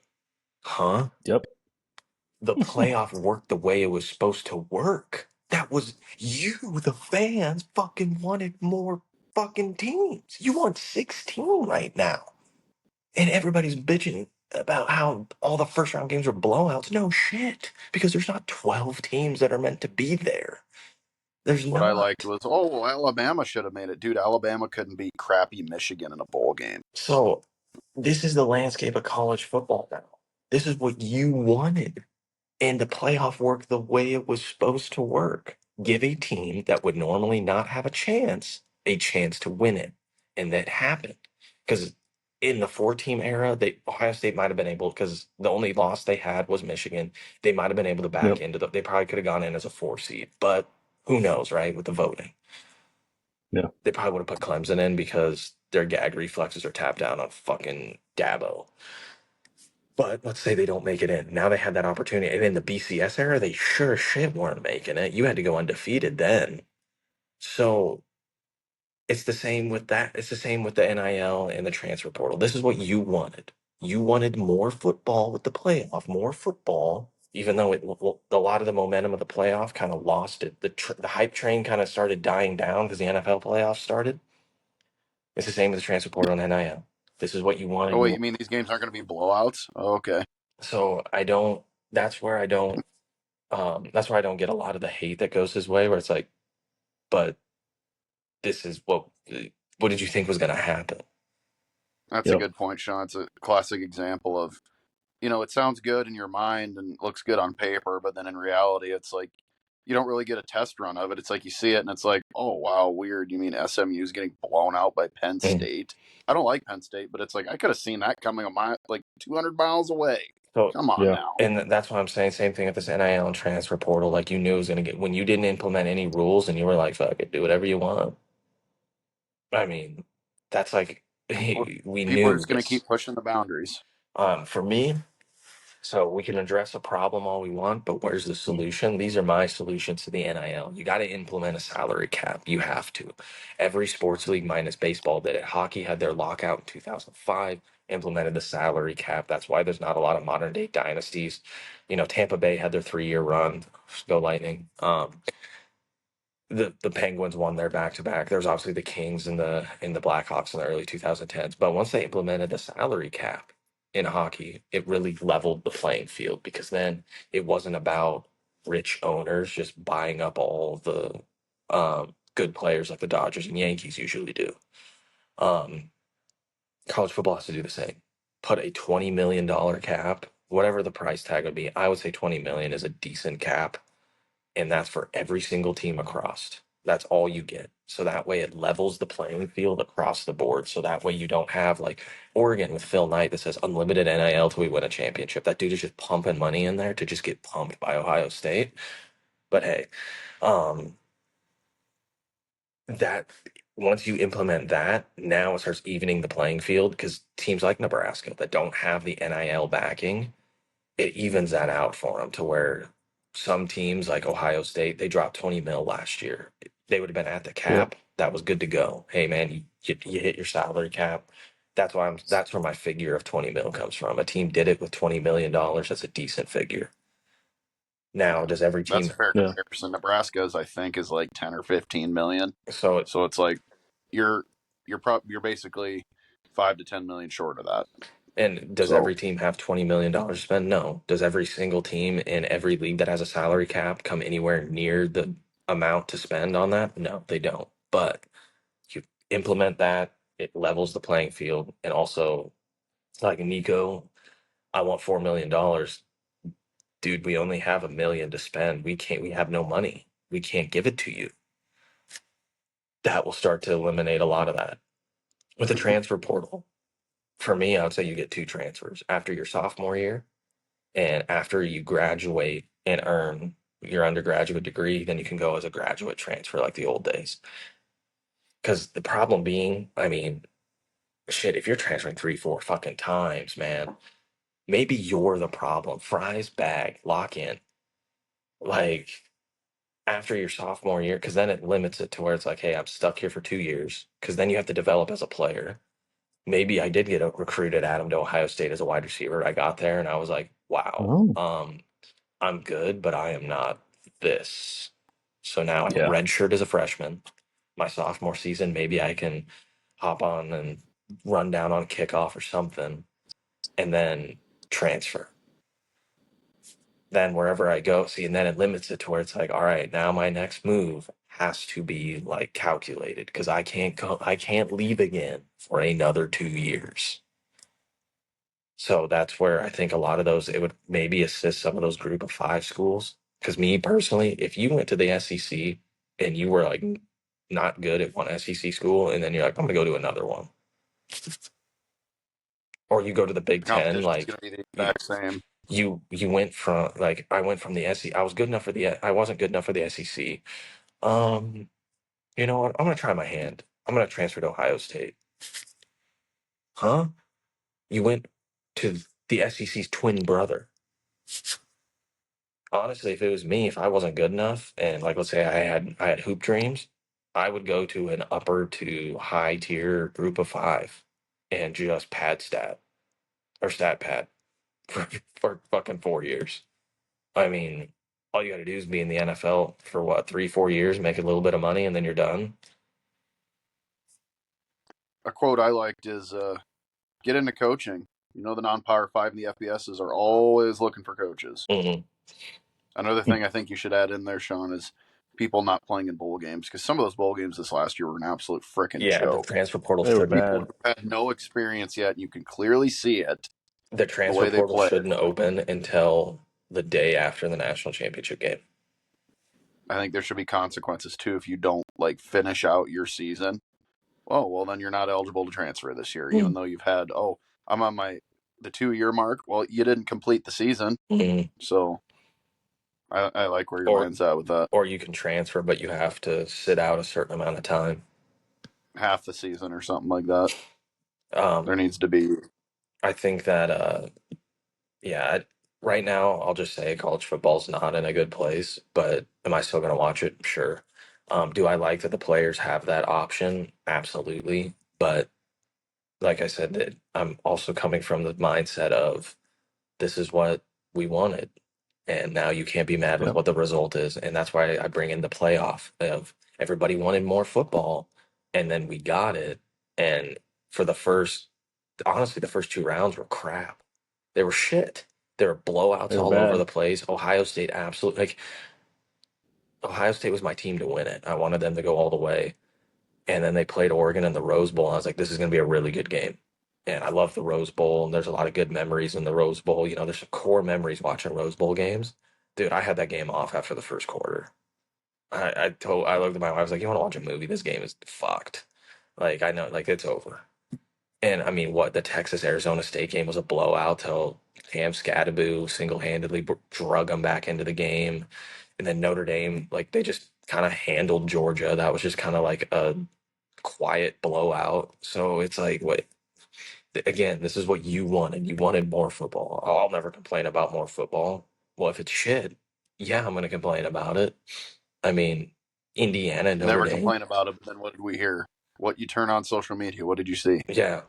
Oh, this team should have made it, and this team should have made it. Why? So Notre Dame could have pumped fucking Miami or pumped fucking Alabama instead of Indiana? Like, I don't, yeah. So, and now they want to move to a 16 team playoff. You're telling me that There's not. the first 3 rounds could offend, and now you're pushing into because the other thing, for me, maybe it was just me, a lot of the hype just started dwindling off as the playoff went on. It just kind of died down because there were blowouts, and then the NFL playoffs started. So, and there was a lot of good matchups in the NFL playoffs last year. The Mhm. three-peat was on the table. There was a lot of stuff. The Eagles were really good, like who was going to take down Patrick Mahomes. And then, like, oh, yeah, by the way, Ohio State plays Notre Dame on Monday. And, There like, was a game for about 3 quarters, yeah, and two even and a the half national quarters. championship, which thank God, fucking hate Notre Dame. Fucking thank you, Adam. Oh my God, I was worried, dude. After that first Dude, drive, I was like, they took fucking 9 minutes off the clock and scored. I was like, dude, there's no way. What the fuck? Thank you. speaking of national championship games, I think one of the big things, especially with NFL and college football, the game has to be moved away from Monday night. Saturdays I are don't fucking understand. Saturdays, dude. I Friday or don't Saturday. understand. I Same don't thing with the understand Final why it's Four. on What the Monday. fuck is the national championship being played on a Monday for? I don't understand. That definitely is another thing that needs to be changed, and I doubt it will. I think I don't know. I'm sure it does something with marketing or something with viewership and something like that. But it's just like I don't know. Even like the NBA, like we're starting games here at like 8:20 Eastern. I'm like, maybe I'll watch the first half. Then it's like 10:30 before the second half comes off. I'm in fucking bed. I get That up at 4:45 in the morning. You know what I mean? Like, that's I don't cool. get it. And that's That's the cool thing. Sean, what's the joke with 37U? I got to go hop on the forklift in the morning. Yeah, like, that's the cool thing about living on the West Coast. Like, college football starts at 9 a.m.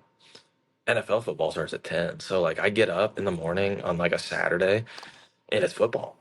Like, I don't have to wait yeah. for shit. And Oh, no, dude. I mean, I I've already think, accomplished a whole day's worth of like tasks. I've gone to the gym. We've got the yard mowed. We've gone to the store. Kids already down for now. Oh, now college football's on. Well, when Miami played Cal, it was a 7 p.m. Pacific time kickoff. That's 10 p.m. Eastern. That game went to like 1 a.m. in Miami, and it was like we got back. I got back because Berkeley, where we live in California, Berkeley, I think's like it was like a 40-minute drive from where we were at. So like we were back home, and it was like maybe 10:30, 11 o'clock. Like it wasn't that late. Um, but yeah, dude, I used to feel that pain. I mean, even in the mountain time, Adam, like it wasn't as bad because it's an hour Oh, it was ahead. It great. was, it was, It was great. yeah, I would like wake up at 9. College game day would be on. mm, Or yeah. at 8, and then college games start at 10. NFL starts at 11. Because I'm like, what college this game is day is what great. 3 hours prior to game time. So yeah, 6 a.m. Yeah, for me, dude. I get up at you can just dude, love it the was what that perfect. that I is one loved thing it. about living in California and on the West Coast is everything is so much earlier and like bedtime is bedtime. But as we digress here, we'll get into our segment that we all like. And Adam, it was a big hitter on last week's episode, the air it out moment. Mm. So I'll start off this week, my air it out moment, especially I think this year more than ever. And, me being the hockey guy with the Four Nations tournament that went on, I think it was huge for the game. But what I think overshadowed it was political views. We are not a political podcast one bit. Our political views stay off of this, obviously, because to me, there's two things you don't talk about: religion and politics. You could throw income in there, but I mean, you can Google a lot of incomes now. But my air it out moment is keeping politics out of sports. That is, I don't feel like your political views, whether it's right or left, that is the platform to utilize it on. To me, sports, as much as we like to think it's for us as the adults, it's not. It's for kids. It's a kid's game. You need to cater your sports to the youth. That's how you grow your game. Seeing that with the Four Nations tournament with US versus Canada and all that stuff, I was like, hey, fun fact, out of all of those players on the ice, none of them care about your political view. They're there to play hockey because they haven't played international hockey in over a decade. Matthew Tkachuk said he's been waiting 7 years to play for Team USA, not because of whatever political view. So leave it out. There's no need for it. Football, basketball, to me, that's just not the platform for it. I think that for me, like I get it. Yeah, you can push an agenda that right or left because you're a little bit more high in the high visual aspect of the world. But I mean, at the end of the day, sports are there to bring you together. Regardless, let's say I go to a Broncos game being a Broncos fan, regardless of who you voted for that 3 hour time in history, we are all cheering for one thing and enjoying one thing, regardless of what your views are. And that's what sports are about. And like I said, it's there for the youth. Like, come on now. I have kids. Adam, you have a kid. Like these things, when you sit down to watch it and you start explaining, that's where you grow the game. That's where they get interested in sports, is watching it on TV. And then all this political push for bullshit and I believe this or I believe that, right this, left that. Dad, what's that about? Well, unfortunately, some people are fucking immature and have to bring that into it. This is what it like. This is a multi-million, billion-dollar industry a lot of times, and quite honestly, it's a child's game. And like I said, the biggest thing is sports bring people together. You don't go into a stadium and they don't separate you by who you voted for. It's where you bought your ticket and you sit down next to whoever you sit next to. Adam, you saw it when we sat in the Browns section for that Broncos game. Yeah. You guys were all there cheering for one thing and one thing only, and that was for the Browns. So that is my air it out take. Politics need to be out of sports. If I was a commissioner of a league, any political thing by a player, whether it's right or left, you're getting fined. That's not why we're here. We're here to grow the game. We're here to do your job, your fucking job. And like I said, most of all, the biggest thing is to grow the game. We're attacking not like literally attacking the youth, but that's the market you're marketing for. So what message are we trying to send about our league?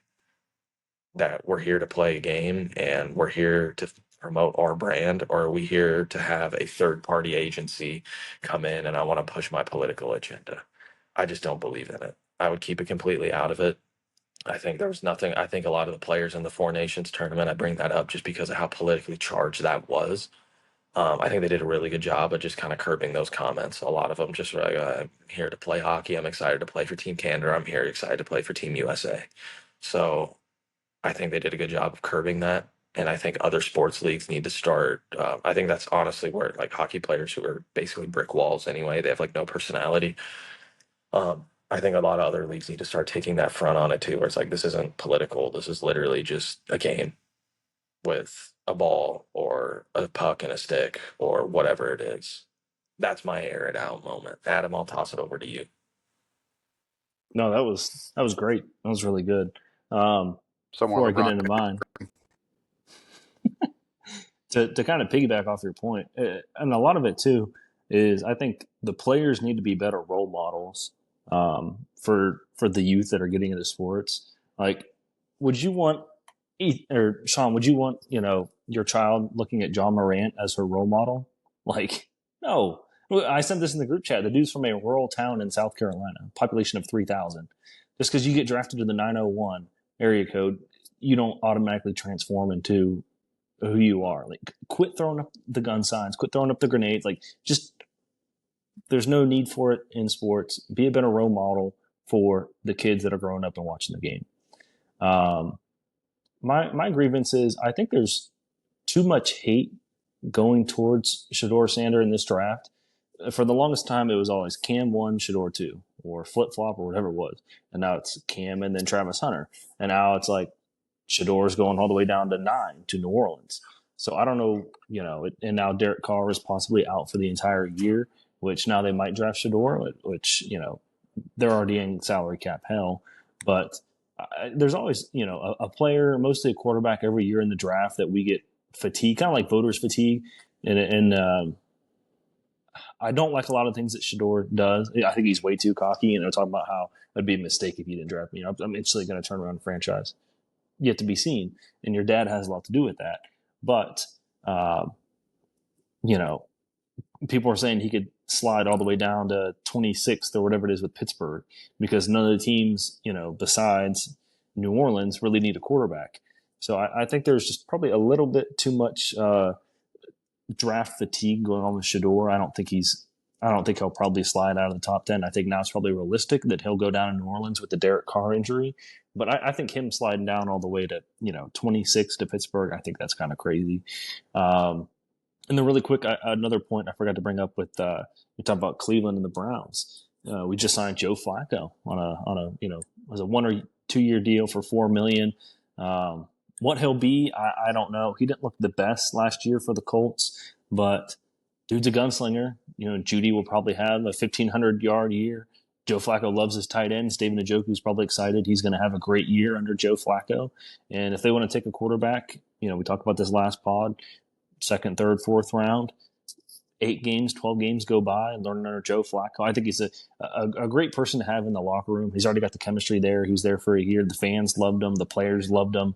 I think it's a very good signing by Cleveland. One of the very few things that we've done right. We should have signed him last year probably, but and Deshaun Watson, please stop talking about the haters and being doubted and all this. You've played your last snap of football in the NFL.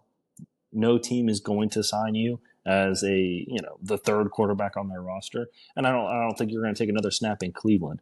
So that was my other grievance is Deshaun has to stop with all this. Like he has to know that he's not going to play again. That's the whole reason they brought in Joe Flacco. Just stop. You've played your last down. I think you're probably done in your NFL career. Take the salary cap hit next year. On your Shedeur Sanders point, I think that's kind of calculated. So that way he doesn't end up in one of those poopy teams. Oh, maybe Dion has something. I'm telling you, they're tanking his draft stock. He might be playing chess and we're playing shoots and ladders. I mean, you could be very right. I mean, say if he falls into the hands at Pittsburgh, I mean, that's a kind of a turnkey offense. You're kind of ready to go. Well, maybe they trade up and get him. like we Who said last knows? week, he has to be in the right system. Where if he gets into a system that can hide some of those flaws as a rookie, he'll be fine. Mm-hmm. Well, Ethan, on to you. What is your air it out moment of the week, or take, I should say? Real quick, piggybacking off what you said, Sean. Watching games with my stepson, it's like, yeah, I mean, this last year, he's obviously a Broncos fan. I'm indoctrinating him well, but his favorite player is Lamar Jackson. Um, like I remember we were watching a Ravens game, and it came to, it was a commercial of like all of them talking about voting and all that, and it's funny you said that because he was like, "Well, what's that? What are they talking about?" And I just kind of, oh, this nothing you have to worry about right now. It doesn't. You'll be all right. It is what it is. And then the game came back on, and we got back into watching Lamar, and he was so, like really excited. It's like I'm more like it's stuff like that. I think that's a good point. I mean, I'm excited. He likes watching football. He likes watching basketball. Um, I'd rather have him be excited about that than sit there and get excited about boring shit. Yeah, I got my views, but at the end of the day, it's not politics aren't a big thing in my life, and it's I mean, if it's your thing in your life, that's great. But I think it's you should let it. You find out that that's your thing later in life, not have it be forced on you. That's I think that was a good take, and I had to laugh because, like I said, I vividly remember that him sitting there. What's this? And he recognizes some of the players. Smart little kid. Like he's like, oh, what are they talking about? What's Lamar talking about here? Oh, it's something he's paid to probably talk about. But anyway, my take is the NIL. I think it. I briefly touched on it last week. I do agree with it. I think it's a good thing to be there because I mean, even if you go back to the way it was before, it's like some of these schools, like yeah, Penn State, yeah, it's a big name, but the school's in like a middle of nowhere, Aberdeen, South Dakota type place. Like, how are you going to get good players to come there? You're going to give them money, right? Um, I think it needs to be there. I think transfer portal needs to be there, but there needs to be kind of a 50-50 split. It can't just be all one way or the other. You can't have the unk shit of, oh, it's all my way or the highway. But I mean, you got to have the balance of, you know, have that fine line. I do agree though with Heupel's stance of nobody's bigger than the T, nobody's bigger than the team. At the end of the day, they're probably like, well, we got another guy here. We could probably kind of groom a little bit into being what we want to be, and you're going to have the second round of the transfer portal coming, so they're probably not too concerned either. Like, well, there's going to be somebody. So that's my 2 cents. That's my air it out. Sweet. Yeah, I agree. I think that comment of no one's bigger than the team. I think that kind of goes by No one's bigger than the T, the the Tennessee T. yeah. I don't think That's what he anybody. said.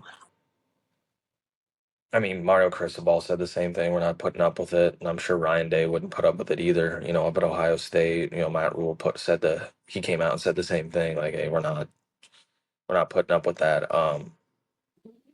So I think that, I mean, it also goes into the recruiting too. I mean, if you're gonna red flag yourself right away, like, hey, because I mean, at the end of the day, Josh Heupel's there for like he has to get he has to adapt a team and mold a team together every single year. And if you're not going to be a part of that, then get out.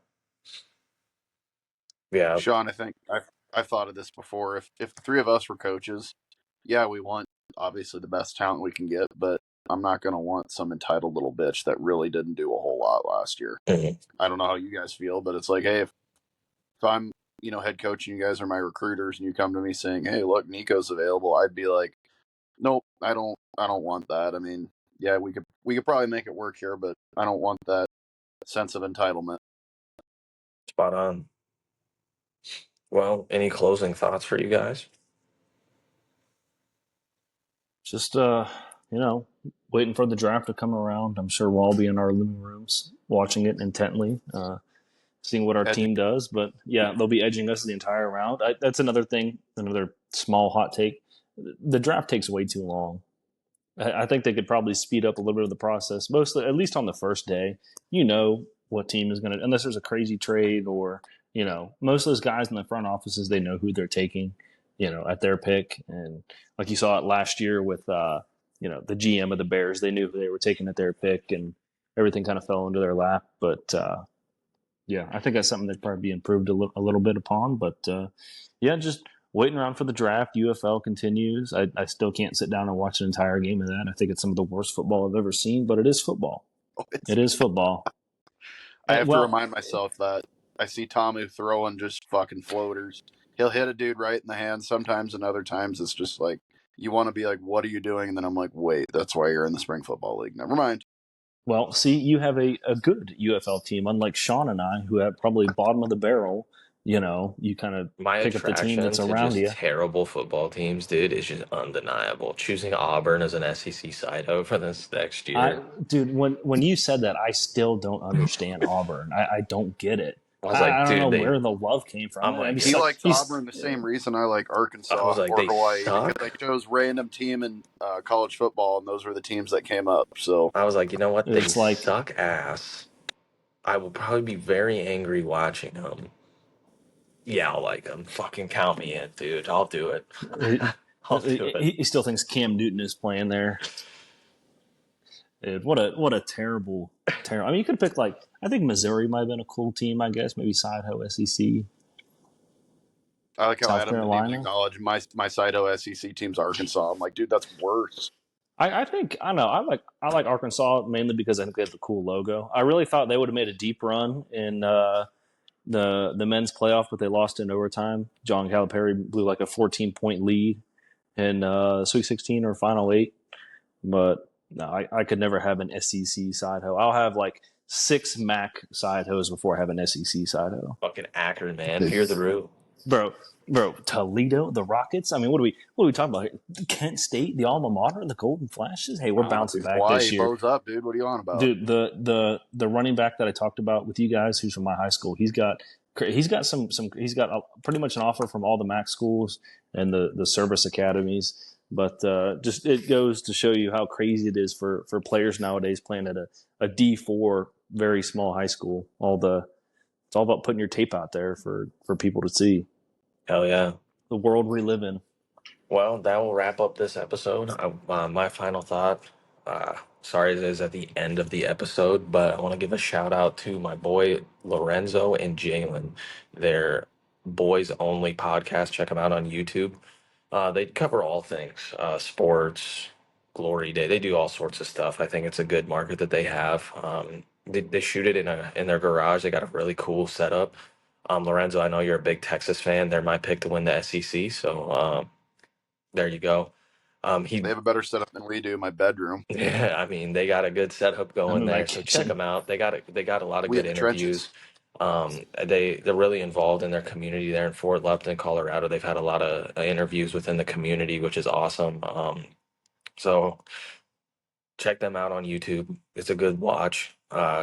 If you can just get past that burnt orange jersey on Lorenzo, and he's a Raiders fan, so I won't hold it against you too much. But yeah, shout out to them, and we'll wrap this one up here. Next week is the draft, so that'll be our episode. We'll be diving it deep into what the Broncos and the Browns do in the NFL draft, along with that top 10 pick and the much hyped, as you said, Shedeur Sanders, Cam Ward, where they all land. So we'll be signing off, and we will see you guys next time.